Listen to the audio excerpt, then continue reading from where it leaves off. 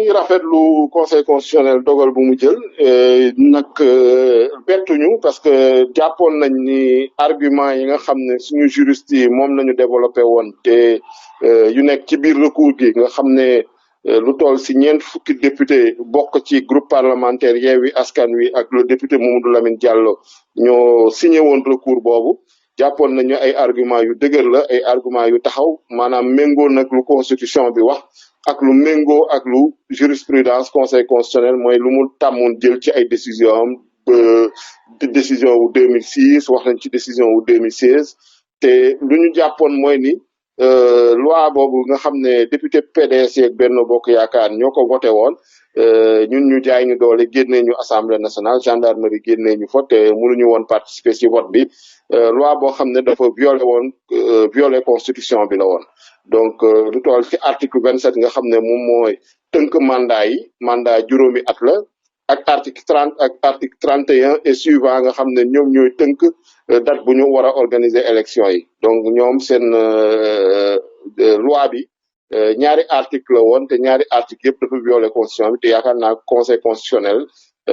déclaré na ko te conseil constitutionnel lu mu xas ba déclaré rek ñëpp acteurs yëpp dañ ci war a topp yaakaar naa ni loolu daal bettuñu daal ñun pour ñun yoon nañu doxal le droit a été dit. accusation yu ñu leen daf ay accusation yoo xam ne ba léegi gisaguñu benn début de commencement de preuve amul benn indice ku la neex nag mën nga accuser si dëkk bi chaque jour ñu accuser nit ci dara waaye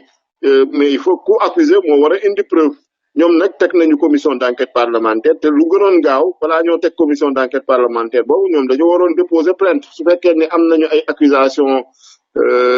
ñi dañ leen ger mais plainte nañu waroon def au pénal parce que ñoom lu ñu wax noonu ay faits yu grave la te lu ma si jaaxal mooy ñu déposer plainte mooy juge constitutionnel bi ñoom ñoo déposer plainte finalement dégg naa ni procureur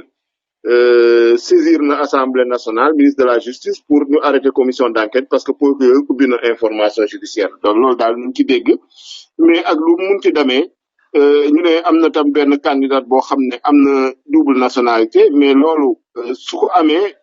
ñu demoon tey élection moom sax mu bokk ci élection bi su retiré wul ci boppam moom mu dem ci élection bi résultat bu mu mënti am conseil constitutionnel mun na ko annuler parce que day naan fraude la ko amee donc loolu dafa mel ni nga dem examen ñu jàpp la ngay tricher maanaam loo jot a am ci note yooyu yëpp mën nañ ko annuler parce que da nga frauder pour annuler ko da nga tricher pour mun a jàll donc loolu yaakaar naa ni warul mun a gàllankoor élection yi lu ci suñu kanam kay mooy nañu fixer date élection balaa mandat président de la république jeex yaakaar naa ni conseil constitutionnel loolu la wax ci dogalam bi décision bi donc ñëpp a ci war a ànd président de la république député yi candidat yi donc pour Sénégal quand même ñu mën a continuer ci démocratie ñu mën a continuer ci état de droit delloo nañu bal bi mais man nag acteurs yi seen responsabilité tolloowul ku ci ëpp responsabilité mooy président de la république parce que moom moo fi nekk ba le 2 avril donc moom moo war a jël ay responsabilité yaakaar naa ni topp lu yoon wax topp lu droit wax bañ a déglu ñoo xam ne maanaam dañ koy dugal ci ay problème dugal ko ci guuta yàq image am yaakaar naa ni daal ñun dool loolu nañ ci wax maintenant nag lépp loo xam ne jëm na ci ay date nañ ci jokkoo ak suñu candidat jokkoo ci ak suñu kilifa ñu mel ni président Ousmane Sonko ak coalition yi ñu bokk ci coalition bi pour mën a joxe suñu position ci loolu. Votre application Wallet TV disponible sur Google Play. Téléchargez maintenant. On s'attendait à cette décision puisque c'est nous-mêmes qui avons déposé le recours, donc avec 38 autres députés donc du groupe parlementaire Yewwi Askan Wi et l'honorable député Mamadou Lamine Diallo. Donc, et les arguments et les motifs de droit qu'on avait invoqués à l'appui de ce recours, nous pensions qu'ils étaient inébranlables puisqu'ils s'appuyaient sur le texte même de la Constitution et la jurisprudence du Conseil constitutionnel. Puisque, comme vous le savez, la loi constitutionnelle qui a été adoptée à l'Assemblée nationale le 5 février comportait deux articles. Le premier article qui reporte la date de l'élection présidentielle au 15 décembre. Cet premier article violait les articles 30, 31 de la Constitution, donc qui fixe en tout cas la période électorale pour l'élection présidentielle. Et le deuxième article qui prolongeait le mandat du président de la République. Et vous savez que le mandat du président la durée du mandat est fixée par l'article 27 de la Constitution. Et cet article 27 de la Constitution ne peut être révisé.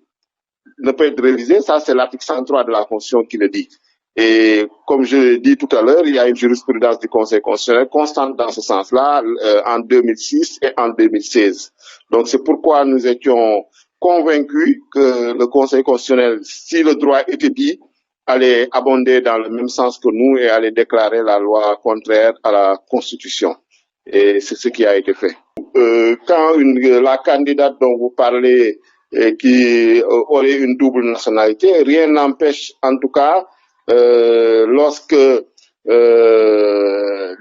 l'élection se tient, de déposer un recours après la décision provisoire. Et là, le Conseil constitutionnel peut s'appuyer, en tout cas, sur les éléments de preuve qui ont été, en tout cas, brandis pour annuler, en tout cas, les résultats concernant la personne fautive. Donc, je pense qu'il n'y a pas péril en la demeure. Pour les accusations de corruption, je pense que c'est de simples accusations. D'ailleurs, la commission d'enquête parlementaire qui devait commencer un travail, pour le moment, n'a rien produit comme indice concordant ou preuve. Et le procureur, après une plainte d'un juge du Conseil constitutionnel, s'est saisi de cette affaire-là. Pour nous, c'était un simple alibi pour justifier une prétendue crise institutionnelle entre l'Assemblée nationale et le Conseil constitutionnel, crise qui n'existe que dans l'imagination des auteurs de ce subterfuge pour essayer en tout cas, de justifier le report de l'élection, ce qui est en tout cas contraire à la Constitution en tout état de cause, puisque le Conseil constitutionnel vient lui-même de le déclarer. Le mandat du président de la République expire le 2 avril. Maintenant, si l'élection doit se tenir le plus rapidement possible, il faudrait que ce soit dans cet intervalle-là. Et maintenant, pour ce qui est des délais précisément, je pense que c'est le président de la République qui doit reprendre un décret, en tout cas convoquant le corps électoral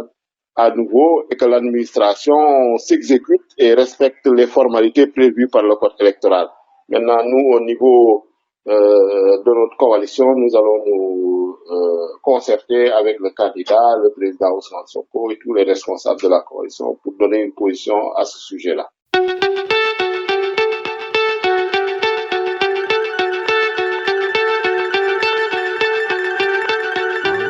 seen application Wanel TV agsi na ci Google Play mën ngeen koo télécharger léegi-léegi